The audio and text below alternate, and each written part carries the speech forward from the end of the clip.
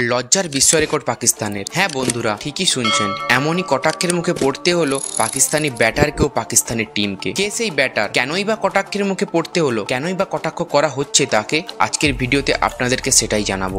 ভিডিওটি শেষ পর্যন্ত দেখতে থাকুন। ভিডিওটি যদি ভালো লেগে থাকে অবশ্যই like, comment, share and subscribe করে দেবেন। ইতিমধ্যে নিউজিল্যান্ড ভার্সেস পাকিস্তানের সিরিজ শেষ হয়েছে, 4-1 লজ্জার হার হেরেছে পাকিস্তান। আর এই হারের ধাক্কার মাঝে লজ্জার বিশ্ব রেকর্ড গড়লেন পাকিস্তানের এক ব্যাটার।